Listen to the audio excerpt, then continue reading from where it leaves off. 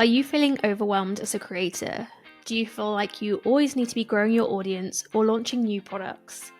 Chances are you need systems in your business. The more you have to complex your system or feel like you need to, the less time you have to actually create and work on things. Sara Loretta is a founder of SYSTMS, and she helps creative entrepreneurs to scale and streamline their business.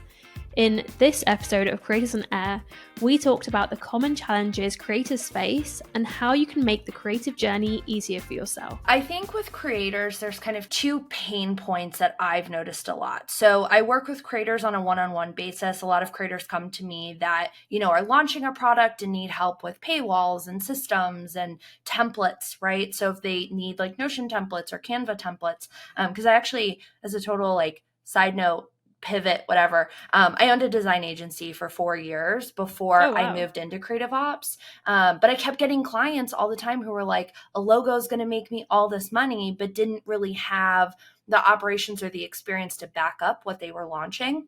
And I even see that now with creators where, there's this constant, I guess you could say fear or struggle or need even to always be launching courses or products or, you have to monetize every single thing in your life. And I think a lot of creators do themselves a disservice to have multiple SKUs, to also even not have a fine line of what is their creator life versus what are their hobbies. So that's kind of the first thing. And then I think the other side of that when it comes to experience is there's so much copying and pasting going on. And I know a lot of people are going to hate me listening to this episode, but it's fine. But, I see a lot of people that are launching products that really, how do I say this? God, people are really going to hate me, but it's fine. I think a lot of people that are in the creator space are afraid to deep dive. I've seen so many products, so many coaching programs and courses and, evergreen models where you then get into the community side of whatever that product is, and everything is so surface level. And I think it's either because creators don't have that deep level experience to back up, hey, I have a question about this, or I want more information about that. And so their entire product is if we're thinking about an iceberg, right? It's just above the water.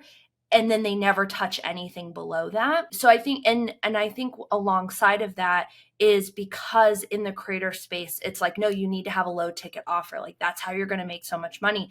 And don't overstep that boundary of what you're charging because you want people to spend more money with you. And I've heard from several people in my community, oh my God, I've gotten more value from your $60 product than a $7,000 coaching program. And that's not how it should be. If you are a creator, you should want to over deliver no matter what. But I think kind of a follow-up to that is I think a lot of creators kind of came into the creator space because they went viral or something. They just kind of hit a gem, right? They hit a really interesting space online. And they've never taught in their life. They've never produced content in a variety of ways that matches what it takes to truly learn from somebody. And I think if more creators, I was on a podcast recently and, we were talking about a book that I'm writing, which, surprise everybody, I'm writing a book. But, it's this idea of permission to explore and permission to make mistakes. And if you have a really strong, confident audience and community behind you, it's okay to experiment with them and to say, hey, I want to launch this thing. I don't know if it's going to work, but please give me your feedback. I'm open, and being willing to say, hey, I want to pivot and maneuver so you get a better experience. I think more creators would be way more successful if they did all of those things. And then on top of that, build the systems and the processes to make it a little bit easier. Yeah, definitely. I love your answer though, because I was kind of expecting kind of the typical answers burnout or, managing their time, but you've almost kind of found the reason why people are having burnout in the first place. And it's because, they're trying to constantly launch things and, grow their revenue streams and all of that stuff. Yeah. But I guess something that a lot of creators want is to scale their businesses. So bearing in mind the challenges that you see, what advice would you give for creators who want to scale their business then? care more about the people that have already paid to be in your community. I told you before we got on that, like, I have very spicy opinions. I think, you know, that's like, yeah, it's like, you know, so many people are so focused on like always creating content and always marketing and being ahead of the game. And it's like, why are you not giving that attention to the community that's already committed to you? And like, we're not talking Twitter. I'm not talking like public community. I'm talking like personal one-on-one connections. So I think, you know, and I think that's kind of where I tend to stray on the agency one-on-one work side. And I've carried that over to my creative side because I've been 100% referral for 5 years. I've never marketed my business, and I'm set to do 500K this year on the one-on-one side. And so there's a lot of things that I think when you choose to switch and say, I'm done doing freelance work, I'm going to go 100% creator, or, you know, maybe you're coming from a 9 to 5 and switch over. I feel like people like switch something in their brain and they're like, none of that skill set matters. I'm not carrying anything forward. And it's like the skills and experience that you build in those other opportunities are 100% valid and need to be utilized when you come over to the creative side. And so building a referral network with your audience, being willing to get on a call, whether people paid for it or not, to just learn what their problems are and learn about who your audience is, because we can all sit here and be like, oh my God, my niche, like I only work with so-and-so. And it's like, okay, but like, what is the human side of people that are in your audience? Where do they live? What do they believe in? What are their hobbies? Like, how can you connect with somebody on a one-on-one basis that has nothing to do with what you're selling? Right? Like you could see my background. Like I have tons of art, tons of things. I'm a huge Rocky fan, love The Godfather. And this is a huge talking point for me. And so it's like, hey, what's your favorite movie? Like, do you like chocolate? Do you like coffee? And then following up on that, because at the end of the day, yes, people can spend money and you can do invoicing and subscription, but we're all humans and we're all struggling. And sometimes you have to break that down in order to scale your business and not be afraid to let people know like who you are. Yeah, definitely. You know, like you have to be willing to just reconnect with your audience, regardless of if they've paid for the program already or not, and like call it a day, you know? Yeah, so. Definitely. I love that. So how is that translated on your creator side then? Like how have you kind of monetized, I guess, that audience? Like what does it look like? A couple different ways. So I, like I mentioned at the beginning, you know, my mission is to make business education accessible to everybody. And so I always give my best stuff for free. I get people in comments all the time, like on Medium articles that are like, I can't believe like you're just giving this out. And it's like, well, what am I losing?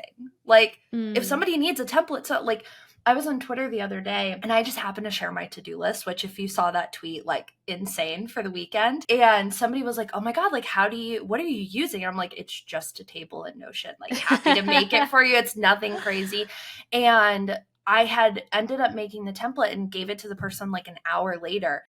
And they ended up DMing me and they were like, I can't believe you're so willing to give information. It's like, well, why not? Right. And so I always lead with free first. And then I have built a very tight knit group of people that have honestly been with me since the beginning. My first, you know, I launched a course, like 2018, and it was how to communicate with your clients. It was on Trello. Insane. Like you think about like the tools, I literally launched this course on Trello. It was wild. Wow. And those 6 people are what I call kind of my board of directors for my community. And so anytime I'm thinking about monetizing something, or I'm like, hey, like I'm struggling with this, how can I make it better? Those 6 people I always go to because they just happen to be in my audience. I trust their opinion. And they've really allowed us to build not just like a teacher to student relationship, but really like we constantly contribute to each other type of space. And so I started this newsletter, and every week I was putting out templates and thoughts and deep ideas. And I said, hey, like is this even valid? Like, do you guys even want this? And they were like, honestly, Sarah, I think it's time for you to monetize. And I'm like, really? Like, it's just a newsletter. Like, I don't really want to do ads. Like, so what are you guys thinking? And they actually helped me put together and build my content subscription. So we all sat in like a coffee chat for a couple hours. And I said, what would you guys be willing to pay? Like, how can I add value here without, adding more to my plate necessarily, but also understanding that you're looking at content from other people. So how can I make it where it's like a quick turnaround, you take what you need and go? And we literally built my entire project, my entire content subscription together, which I don't think a lot of creators do. No. Yeah, I don't sit here and I'm like, okay, I'm going to build this thing and hopefully it sells. Like, I genuinely have a group of people I go to for everything. And so I monetize that. And with the idea of, business education being accessible, there's 3 plans basically that you can subscribe to. The first is free. You get like 1 to 2 newsletters a month, just like tapping into things that I wanted to show and teach. And then the next level is in real time. So it's $17 a month. You just get weekly newsletters from me. And then the $47 a month plan, you get a community component, which is called Testing Buddies. And you basically get matched with a different member to help look at your processes, see what works, see what doesn't from like an outside perspective. And then you get access to the entire archive. And I have never marketed. I mean, I talk about it a little bit online, and I'm close to 100 members, and I launched it in June. Wow. And they're all pretty much on that top plan, which is really cool. So I have that. And, and every week it's like, what do you guys want to learn about? Like, I'm happy to teach you about anything. And I think part of that too is that I'm not afraid to be transparent. So for me, monetizing something or, adding it in as additional value, it's like, again, what do I lose by not sharing this information? Who is it going to hurt? It's going to hurt me because I'm just sitting on shit for what? Like, for what reason, So, that's that's the behind the curtain of it all. It's amazing though, because I feel like I hear the term building in public like so often, but I actually don't see that many people like really like what you've just said, like really doing it in the way that you have. So that's really cool to see. And you talk about systems and processes a lot. Like, what does that actually mean, and why is that something creators should be caring about? Yeah. So I think a lot of creatives are left brain, right? So you have the creative side of you is like, oh my God, I don't want to be put in a box because then I'm not going to be as creative. But I kind of come in as like your really mean older sister who's like, I have been there and I know if you don't do this, like, you're not going to do great. And so my perspective on systems and processes is more of being first, kind of phase 1 is understanding that anything can be a system. Everything is a process. I actually was in a call with Jeff Felton. I hired him to help me write my welcome sequence. And we were just like chit chatting, and he was like, oh, I don't have any processes. And I'm like, well, how did you just onboard me to this coaching call? Like, how did you take the payment? And he goes, oh, I didn't realize, because as a left brain creative, like, those words are very corporate. I've heard that a lot. Like, systems and processes don't make me feel like a creator. But then when you start putting those in place, you realize, oh, I have all this other time now to create. And so when we think about our systems and processes, it's really that simple. How are you taking payments? How are you delivering an offer? How are you, I don't know, when we think about like onboarding someone to a program and you're like, do these 3 things, join the community, introduce yourself, like, all of that is a process because you are walking somebody through. And I like to explain it as like making a peanut butter and jelly sandwich, right? Like, how do you make a PB&J, right? You take out the bread, you take out a knife, you put the peanut butter on. And so when you're thinking about your processes, it can be that simple. You don't have to overcomplicate or over-automize. You really just have to think about, if somebody's coming into my circle, they should no longer by the end have the question of, what do I do next?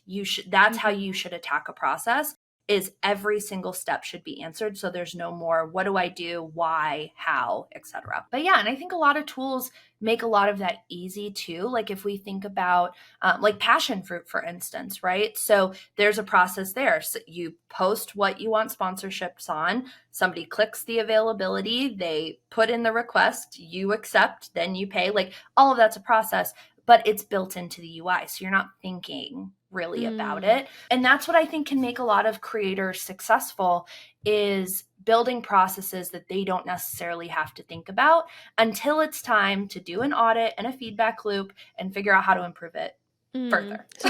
Which I recommend people do every 90 to 60 days. Oh, wow. That's a lot. That's very frequent. Yeah, every 90 days or every 6 months, depending on, you know, how often. If it's evergreen, it should be consistent. But if you're live launching, you know, do it at the end of every cohort, you know? Yeah. And when you're auditing, what are you looking for? Everything. There should not be a limit. So I actually just put out an article about this, that your audit loop, you should be one to be successful in building your systems, building your processes, auditing it. You have to take yourself out of the mix, put yourself in your audience's shoes. So I like to tell people kind of the process is pretend you are a student, or you are, you know, whatever you call your audience for your offer, and go through it completely unbiased. Have a fake email account and go through and document like, oh, this link is wonky, or there's so many clicks here. How can I reduce the click-throughs? So like a great example of that, if you're on a sales page, you know, like a landing page, there's always a button at the top that jumps all the way down to the pricing and like skips all the content, right? And then you then have to click to check out. So there's a whole nother step. So could you A/B test only having that top button directly go to checkout instead of clicking again? Do you lose people? And so you really want to be looking at what's broken, what's wonky. Maybe there's grammar mistakes. Maybe emails are getting sent out too late, not fast enough. And really taking the time to improve your product in like the most finite ways. Like it doesn't have to be massive overhauls every time you audit. But I know for a fact, like I just audited my workflow of the month, which is my content subscription. And I'm like, man, like nobody really utilizes this channel in Circle. So like, why do we even have it? So then I went to the community and I was like, hey, like, is this even useful to you guys? And everyone was like, nah, we don't really care. So it's like, cool, I can get rid of that. And we don't need all this extra noise around. So you can audit even in that way too. And what about internal systems? So things that, you know, your audience aren't really seeing, but it's part of your like workflow and part of your creative process. Do you audit that as well? I do. I go through changing like my daily planner probably every 6 months. I rebuild my Notion account like every 6 months, because I think like as creators in any capacity, whether you're doing freelance work, whether you have digital products or you're just getting in, your experience is always changing, right? Every single thing you do adds knowledge, adds skills, adds experience. And so if you are consistently in a workspace, like we're just using Notion as an example, or even ClickUp or whatever that you built 3 years ago, it probably doesn't work for where you're at now. You have to be willing to kind of mold that and change. And so internally, I always tell everybody, and I know that the productivity bros listening to this are not going to like me for it, but like, you don't need a complex system. You don't need to break your back over building a second brain or having like, why do I need to track how many friggin' water glasses I drink a day? Like, to me, that is added noise that takes away from the bigger picture. And so I tell everyone, dumb it down, and then dumb it down some more, because the more you have to complex your system or feel like you need to, the less time you have to actually create and work on things. Like my daily planner is literally a simple table in Notion, and I use emojis to check off what I do. Like I'm not sitting here re-looking at my to-dos from 3 months ago because they're not important, you know, click, go. And that's all you should do. So yeah. That's my opinion. And I like that. I like how simple it is, because I always get worried when I talk to people about like systems productivity, like you said, that they overcomplicate things. How important is it to have like, I mean, you use Notion, you're like a Notion expert. How important is it to have everything kind of in one place versus like scattered? Yeah, I go back and forth on this answer. People ask me all the time about this, and I want to say it depends, right? Because Notion, and I have said this very publicly, like Notion is not a fix for one for everybody and two for what you need. You may have to add on other tools, but the key is that you're being strategic in order to be successful, right? So you're not just building because like, okay, I get a lot of clients who are like, I have to be on, like, there's this FOMO component because Notion's so popular. And when we get into the strategy piece, it's like, well, actually, you don't really need Notion. There's no reason for you to have this crazy tool custom built because what you have actually works. It just needs to be cleaned up a little bit. And so I think it really just depends on what you're offering and where you also want to take your business. So, Notion is a knowledge tool. If you don't really need an extensive wiki, you don't have a big team, maybe a tool like Slite is better for you. Or maybe, you don't need Airtable because you don't need crazy data points, right? Like all you need to know is, like maybe 5 data points, and then you don't need all these extra features. So it really just depends. It honestly just depends. So when you're working with clients and, you're figuring out what they need and what their priorities are, how do you kind of figure that out? Like, how to prioritize? Yeah. So I've built my strategy session similar to Google Sprints model. So we have a starting point, we have checkpoints, and then by the end we get to the finalized model.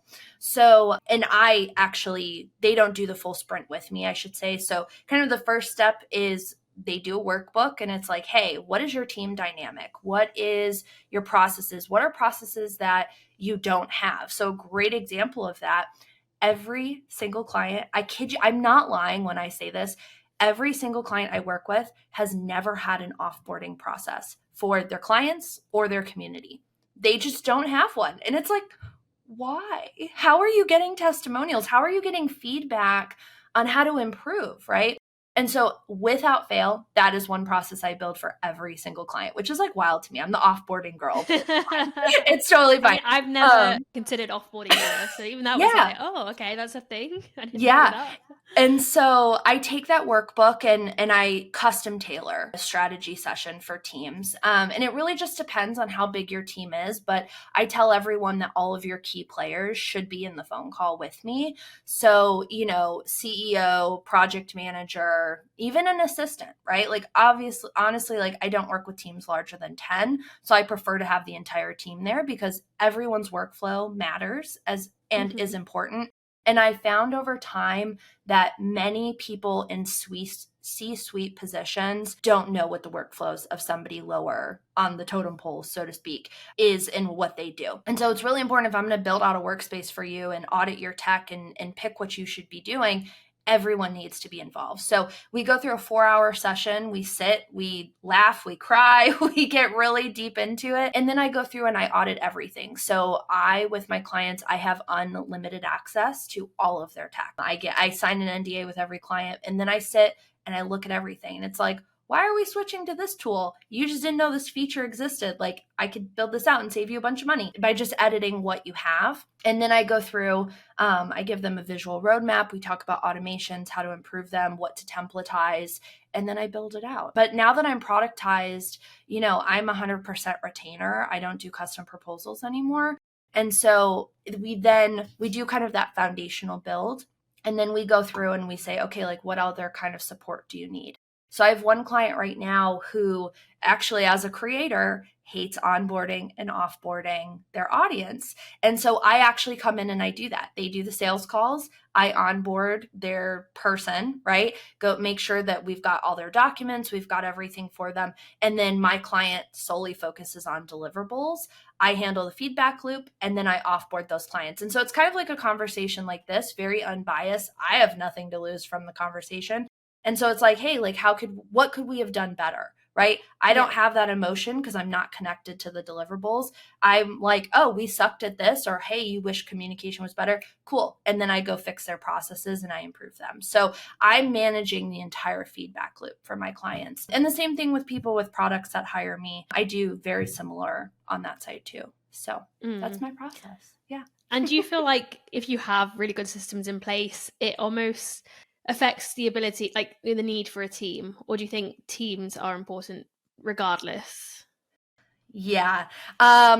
So I have had several clients in the past 6 months that have hired me and fired their entire team after hiring me. Wow. Yeah, that's been fun. No, I mean, because a big thing, part of that audit too is tech roles, right? I do a lot of org chart review. I do a lot of, who's doing what, because what I've found with people when I get hired for systems and processes is that, they have 3 virtual assistants, they've got 4 editors, they've got 2 project managers, like just very strange, like multiple hands in the pot because the systems aren't there. A lot of gray areas of we don't really know who's doing what. I have a client right now who she wants to hire an executive assistant. And I met with her and I'm like, I don't think we should do this because you don't even know like what the systems are, like what is even needed? Like, why do you need an executive assistant, right? Because if we process out the stuff that you feel like you don't have time for to do the other things, like once we process them out, you're going to have time to do these other things, right? So then it becomes a question of, do I not have time for it or do I not want to do it and I want to delegate? So I do a lot of that kind of strategy with my clients. I have a client right now too that I'm helping him exit as CEO. Like he just hired me out of the blue and he's like, yeah, process out my role so I can just own my company. I don't even want to be the CEO anymore. And I'm like, who said I had this experience? Like who told you I could do this? I didn't know I had it in me, but processes are processes, it's just a matter of, I think my thing is that I am not an emotional person. I'm a very black and white analytical thinker. I believe in reason and, reality. And so it's really easy for me compared to when I owned my design agency. I was so invested, right? Like, oh my God, so-and-so doesn't like my work. And, and you get very attached to what you create, which is 100% okay. But on the system side, it's like, no, like if we don't improve this, like you're going to fail. And that just is what it is. You're going to sink or swim. Like, that's it. And I think I very much have a nice way of communicating that with creators so they can maintain their left brain and then I come in as the right brain and just do what I got to do so they can be more successful, Yeah, not to sound like ego driven, but I'm definitely very good at what I do. It's good to know it. It's great to know it. I'm really curious, like, especially in terms of the creator side, I feel like creators set a lot of goals and we're constantly like, looking at our analytics and stuff like that. How do you approach goal setting and, analytics and data and all of that sort of stuff? Oh, you don't? I don't set goals. People are really going to attack me for that. I mean, I would say I set very vanity metric goals. Like I'm not sitting here like mapping out the quarters and mapping out the years. And I think for me, it's because even though I've been doing this for 5 years, I still feel like such an infant in the creator space, right? Like I've had some kind of viral moments, but I don't have a massive following, right? So I have the ability to explore and make mistakes and pivot if I need to without a huge following to have to apologize to. The one-on-one side, I've always said, I just want my bills paid and I want to have a good life for my dog. It has been more fruitful than anything. My partner and I just bought 6 acres, like cash mostly. Things have been going really well on that side. Like I'm making more money than I ever thought was even realistic for someone who like grew up in East Cleveland and, like her dad went to jail and, and like I came from a very tumultuous childhood. And so for me, like, I'm like, oh my God, like I have 20K in the bank. I am the richest person in the world. Like that's just my mindset. And so I have a goal of 5 clients minimum at all times, which I have 14 right now. So clearly I'm doing something right. Yeah, I'm tired, girlfriend. I am tired. But then, on the creator side, like I don't want to be a full-time creator right now. I think I'm still learning and gaining that experience to feel like, okay, I have enough of a backbone to maybe make this a full-time reality. But I've always said my goal is I don't care what the money looks like. I don't care how big the audience is. But if I can't spend 5 minutes, if somebody needs it with them, like in my audience, if I can't spend 5 minutes a day with them, then I'm doing something wrong. And I have not built a business that I am proud of. And that's really my only goals that I set. And the last thing I will say, I'm very particular. I take 6 weeks of vacation every year. It is a hard rule. And so that's kind of the only other goal is like, make sure I plan that out. But yeah, I'm chilling. Other than that, I'm chilling. Good. And it's amazing how well you're doing as well. Out. Good. Yeah, it doesn't seem like you're really stressed. Yeah. And I think a lot of that, and I think this goes back to creators too, is like, I don't harp on things that aren't working. Like if like I wanted to launch this course last year and put it out into the universe, got people's opinions. Everyone was like, oh my God, this is brilliant. Didn't sell a single seat. So I was like, okay, dope. Like, how can I change this? Like, I'm not going to keep selling something that's clearly not working. And even with offers too, like, why fight the grain to make money? Like, if you're miserable, what is it? Why be miserable? And that's, I think when you are honest with yourself and when you are transparent and open to pivoting and giving yourself permission to explore, I think you don't need to necessarily set goals because it will all just fall in line and come to you. But you have to have that door open, True. I'm not saying like you have to like manifest, but like, be honest with yourself. Yeah, definitely. So if there was a creator who came to you and they're feeling really, really overwhelmed by everything they're doing, what advice would you give to them? I would say stop, just like take a week and really think about why you're doing something, what is the importance. And if you cannot what's the saying? Oh my God, it's like, if it's not a hard yes, then it's a hard no, or I don't know what the phrase is. But like, if you really can't sit here and say like, there is purpose and you are happy doing it, then like cut it. No one's going to, like, yeah, some people might be sad, but like nothing is permanent. There are almost zero. There's a few decisions that are like absolutely permanent, but nothing is permanent. You don't have to continue to be miserable. You could literally shut your entire business down and do something else. Like I did last April, shut everything down, called it a day and regrouped. And I'm the happiest I've ever been since doing that. Amazing. So yeah, I would say just like breathe. Everything will be okay. And then pick yourself up, pull those bootstraps up, and be more honest with yourself than you think you're being. Be hard on yourself. Don't all this grace stuff, giving yourself grace, I think is, but that's just me personally. I think it's like, if you want to create a life that you want, you have to be brutal with yourself and you have to be willing to do the work, to wake up at 5 a.m. or go to sleep at 2 a.m., whatever it takes to get there. And the first step with that is cutting out everything that you don't love and calling it a day. Wow. Sunset, all that shit. There's no point. I love how blunt you are. I love how real you keep it. It's really, really refreshing. And it reminds me of an article that I came across of yours, which is about your pricing method, because because you actually said in that, like, don't charge your worth. Yeah. Which I think is just so interesting, because all I've heard since being a creator is like, know your worth, charge your value kind of thing. So what is your approach? Yeah. So I come from the nonprofit space where you have no worth, right? You are working 8 roles. I mean, when I quit the nonprofit, I worked in a nonprofit for about 8 years. And when I quit, I was single-handedly running 3 departments on my own. And I was 25. Yeah, I quit the day before my 26th birthday, which is like wild to me.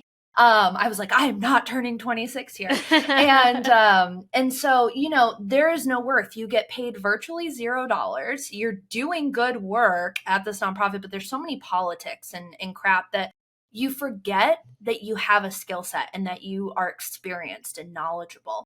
And so when I came into the freelance space, which I started freelancing out of spite, and it's a very fun story.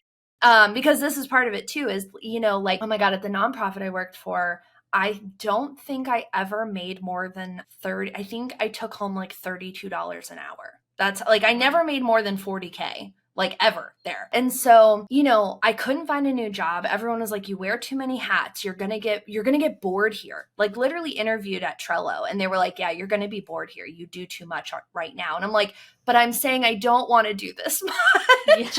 Like, please just hire me. And so, you know, I was also getting extremely bullied by senior staff there. And so out of spite, I went to all of our partners and I was like, hey, you don't have me on your team. Like, can I come film or, you know, create something for you? I started out doing video and creating courses and stuff for other nonprofits. And I landed 40 clients in my first 6 months. And I didn't understand how actually skilled and experienced I was. And so I in my mind, I was like, well, I'll just charge what I make at this nonprofit. So I was charging like $30 an hour. And it was nice because in my mind, I was like, okay, I'm breaking even, right? Like I'm making exactly what I'm making here. And if I quit tomorrow, like I can easily see that my bills are paid. And I think that in that same step, in that same breath, that freelancers can't really put a value on their worth because one, if their skill set's never been validated, how do you know what you should be charging? And two, in a really negative side, it's like, you know, your skill set might not be there, but you think you're owed $1 million and honey, you got a lot to learn, you know? And so I think when you take that emotional value perspective out of it, let's look at the hard numbers, right? What do you need to pay your rent? If you have a car payment, how much do you need to make so your car doesn't get repoed? And so in that article that you're talking about, I have this whole method called the pricing pyramid where your lower ticket offer should pay your lowest bill. So thinking about your car payment, right? I was dumb. I bought a Jeep and it was like $500 a month. I was stupid. It was the dumbest decision I ever made. And so I had to sell 1 day rate a month to make $500 to pay for my car. And then your middle offer, which I call like your most popular offer, right? So if you're doing branding or like websites, like whatever you charge for a website, that should cover your rent plus that other bill. And then your top tier, your VIP offer, maybe that's like a top tier coaching program or something. That should cover everything plus 30% because you want to profit. You want to be starting to do your savings. I don't even talk about taxes because everybody's tax brackets are very different. In Texas, we don't pay income tax. So like I have a different tax saving model than like someone maybe in California would, right? My taxes aren't as high. And so the idea is everything you offer should pay a bill. Now, I think that that's harder with people who are just doing digital products or like, you know, an open closed door coaching program. You have a very different model from that, right? Because if you're launching a cohort once a quarter, maybe all of your bills for 3 months is like 12K. Okay, well then how many seats do you need to fill that way? So you're taking that goal, breaking it down into super actionable numbers and then planning from there. But now that I'm productized, I basically, honestly, like 1 client a month pays all my bills. I am not a spender. I don't really eat out. My biggest expense is my climbing gym. I pay $100 a month to go boulder and I use it. But like, you know, for me, I keep my expenses really low because in a very pessimistic way, I know that like freelancing could end tomorrow and it's like, okay, what am I going to do? I have to have some money put aside or whatever. And even too, like things come up that you don't plan for, right? Like we weren't planning to buy this property. We would just happen to like look on Zillow and it ended up being a really great deal. So we're like, oh, I guess we're doing this now. And luckily I had savings that I didn't even have to really think about because I just don't spend money. So I think that when it comes to pricing, again, you have to be realistic. You can't live in this like dream world that if I charge my worth, everyone's going to also validate my worth. Like it's just, I don't think what you see for yourself necessarily other people do very easily. And that was a very long story, but I think, you know, context is important. So. No, I think it's great. I think it's amazing that you've actually given like practical advice because I feel like the charge your worth is a little bit like airy fairy and like what does that mean? Like how do I do that? You know, whereas like your advice is actually numbers based. Like and like you said, you've got that very like logical mind. So I guess it makes sense that you've come up with that. But I feel like that's really helpful. I'm going to end with a quick fire round now, which I feel like will be very fun with you. So just answer with the first thing that comes to mind. Okay. Starting with what's your favorite thing about being a creator? My community. Nice. What's something that gives you the most inspiration for what you create? This is, oh God. I'm not good with fire. I will say inspiration for what I create is seeing people who don't want to go below surface and seeing the opportunity to actually rip Band-Aids off and not have to apologize for it. As you know, I'm very well known for full takes. So it's a good answer. I love it. Yeah. What's a tool that helps you the most as a creator? As a creator, but I think publicly Twitter/X, whatever we're calling it, but then internally Notion. Okay. Yeah. And what's something that helps you with your creator work-life balance? My boundaries. I am very particular. I don't start my day before 10 a.m. I don't take calls except one day a week. And so that maintains my energy because I'm not being pulled in so many directions every single day. So my boundaries really have helped me. I mean, God, I have 3 newsletters. I've got a paid subscription. Like everyone's like, I don't know how you have all this time. And it's like, because I'm mean. I don't talk to people every day. I sit here and I focus, but yeah, my boundaries for sure. Amazing. And what's one piece of advice that you'd give to other creators? I will say, I think we keep talking about it, but permission to explore, try something. If you're like, oh, I want to try this, or I love how, I don't know, so-and-so makes a video, why not try it? Like you don't have to have an audience in order to create stuff and build the experience. Like there's always this constant, what comes first, the chicken or the egg as a creator? Do you have the audience before you build? Do you build and then have an audience? And I think stop caring. If 100 people are following you, that's 100 people who care about what you're having to say. They are valid. Use them to build the experience. Stop waiting. It's, oh my God, I have to make 10K months. Oh my God, I have to have 10K followers. It's like, why? Like 100 people are great.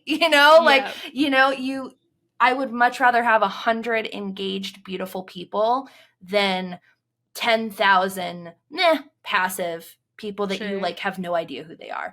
So yeah, that's what I would say is just like whatever your audience size is, use it to your advantage and just have fun. Stop making creative stuff so difficult. Like it doesn't need to be or complicated, So true.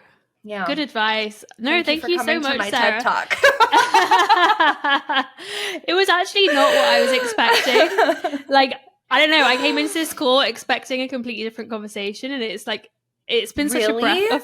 Yeah, I don't know why. It's like when I hear systems, I think of like following all the rules, and like, I feel like this call, you've kind of broken a lot of the normal creator like rules that we hear. You know what I mean? And I think that's really refreshing. But also, I feel like it will be a relief to a lot of people, to hear something different to what we're always being told. So yeah, thanks so much for coming on. Yeah, absolutely. Thanks for having me. This was fun. We of should course definitely vibe again. 100%. We'll definitely do it. You can find Sarah on Twitter, YouTube, and her agency SYSTMS. And if you're a creator doing sponsorships, check out Passionfroot. We help you to streamline your entire workflow. I'll see you in the next one.